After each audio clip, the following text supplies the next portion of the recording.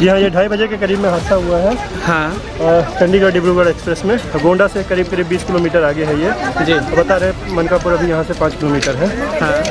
और 2 बोगियाँ तो एकदम से ऐसे पलट गई हैं। हाँ।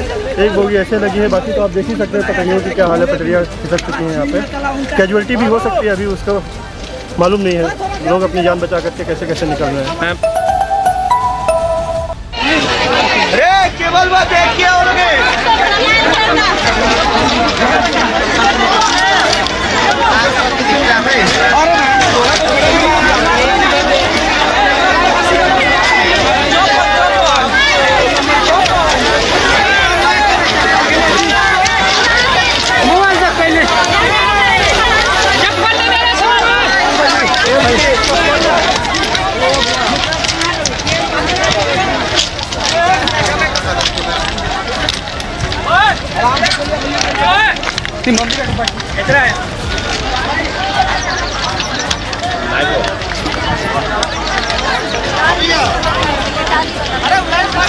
कितना है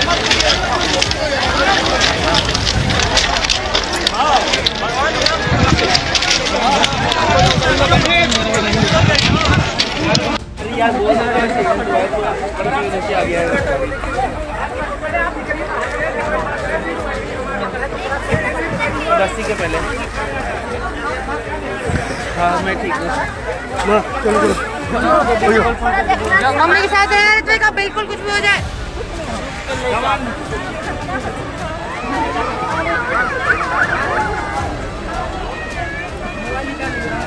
उठो।